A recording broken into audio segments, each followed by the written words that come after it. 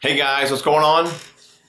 Today we're going to talk about how to throw a heavier lure than what the rod is rated for. So a heavier weight than what the rod can handle.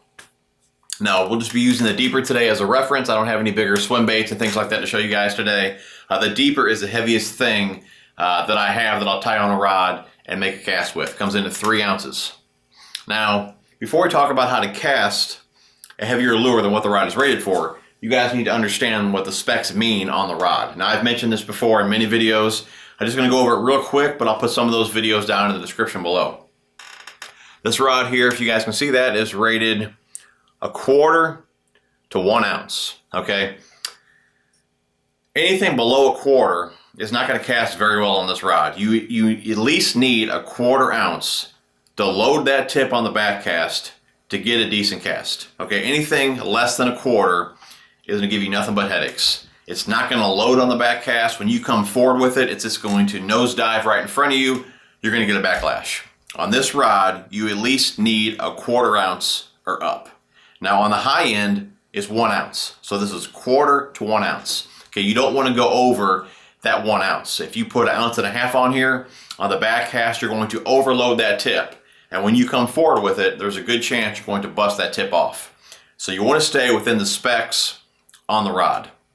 But in some situations, you can still use a rod that's underrated if you know how to cast with it. Okay? Now, like we said, the deeper here is 3 ounces or whatever swim bait you're using, you know. I got a few questions from some bank fishermen. That's kind of what brought this video about. You know, as a bank fisherman, you're walking the ponds and all that. You don't want to carry a dozen rods with you. You may not have the correct rod for every lure. You're just going to grab a few rods, just go fishing. So I understand you guys don't want to bring an extra rod, you know, just to toss, you know, deeper, your bigger swim baits or whatever the case may be, you know, whatever the bait may be. You don't have to bring that extra rod just for, you know, 1 or 2 things. You know, you want more of a versatile setup, you know, as you're walking around the banks. Okay, now, to cast a lure, okay, that's heavier than what the rod's rated for, the key is to not load the tip, okay? If you load that tip up, that's when you'll have the chance of breaking it off if you're using too much weight. So the key is with a heavier lure is you more or less want to make like a sweep lob type cast. So, you know, bring the rod past your side, okay? Come forward with it. You're just using the momentum of you sweeping the rod and then just lob it out. So you're not really loading the tip up. You're just give kind of a sweep lob cast, okay? When you load the tip up is when you're going to break off, you know, or break your rod, I should say. You know, so the key is do not load the tip on a heavier lure than what the rod can handle. You know, if you're using the right rod, you can go over your head, you can sidearm, you can load that tip up, make a long cast. But when you get too much weight on, do not load the tip. Now, if I was going to cast the deeper, 3 ounces, I would put that on my swim bait rod. Okay, just got this not too long ago. This rod here is rated, if you guys can see that, 1 to 6 ounces. Okay, so this rod here will have no issues at all, you know, casting deeper out. I don't have to worry about breaking the tip off on this rod. Now, if I did not have a swim bait rod, the next rod in line would just be my jig rod. And that's what I would recommend to you guys. Like I said, a bank fisherman's gonna walk around the ponds, probably a spinning rod, maybe a crankbait rod, and probably like a Texas rig or a jig rod.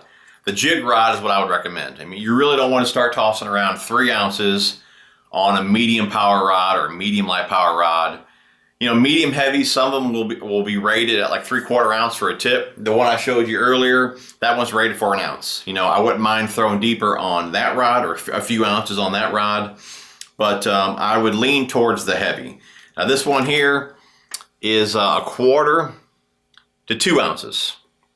If I did not have the swim bait rod, this is the rod I would throw for something like deeper or a bigger swim bait, something like that. Now you don't want to go crazy. It's not like I want to put 6 ounces on this rod, you know, but just whatever you do put on it, the key is do not load the tip. Like I said, more of a sweeping lob cast and you'll be okay. But this is the rod here that I would recommend, your jig rod for throwing something like deep or something in that weight range. That way you don't have to bring a separate rod, for those weights, for your deep or for your swim baits or whatever it is that you're trying to throw that you don't have the correct rod for. Now, something else I think is very important, especially with you bank fishermen, is the line, okay? 3 ounces. If you put that on a swim bait rod or your jig rod, whatever rod it's on, okay, if you're fishing from the bank, let's say you put 50-pound braid on here or 30-pound braid, whatever it is. Say you put braid on here. Okay, braid has 0 stretch.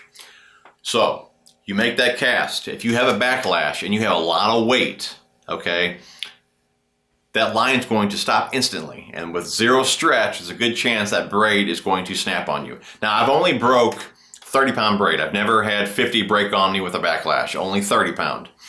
But that's something to keep in mind. If you're fishing from the bank, you're using something like deeper, that's a couple $100. If you have braid on, if you have a backlash, you may not get it back. Now, the great thing about deeper, it does float. So if you're throwing something like deeper, it floats, you do have a chance to get it back.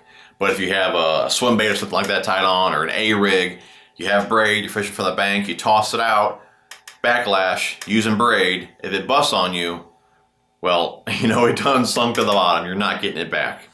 So for a bank fisherman or someone just starting out trying to toss heavier lures, I'd recommend the mono. Monofilament, it has stretch to it. So if you have that backlash on the cast, the line will give and it won't snap on you. So, that braid with 0 stretch, it's going to snap with a lot of weight. There's a better chance that mono will not bust on you. So I would recommend, mono versus the braid. Now, if you're more experienced, obviously, and you know the risks, go with braid. You may want to use a higher pound test, but just starting out, like I said, bank fisherman, you just, accidents happen. You don't want to tie your deeper on your big expensive swim bait you just bought. Make a cast with that braid, backlash, bust it off, then you're screwed. So even on a boat, at least on a boat you can go get it. But if it's a swim bait, something like that, well, it's going to sink and you done lost it. So keep in mind, if you're throwing heavier lures, what line you have tied on. Now, again, I'm not trying to say what line is best for swim baits and all that. I have no idea. I'm not in the swim bait game yet. I'm just trying to say if you're fishing from the bank, using braid with a heavy lure or deeper, whatever the lure may be, you do run a risk of breaking off with a backlash, with a heavier weight. Just wanted to throw that out there. But guys, that's pretty much the tip that I wanted to give you guys. If you're going to throw something heavy on a rod that's not rated for that weight, just make sure you do like a sweeping lob cast and you'll be okay. Like I said, I would definitely recommend though, go for that Texas rig jig rod versus like, a cranking or like a medium power rod. You do want some backbone, something with a little stiffer tip to throw some weight, like the few ounce deeper here. So anyways, guys, hope that video helped you guys out. If it did, give me a thumbs up. Thanks for watching, guys, and we'll talk to you soon.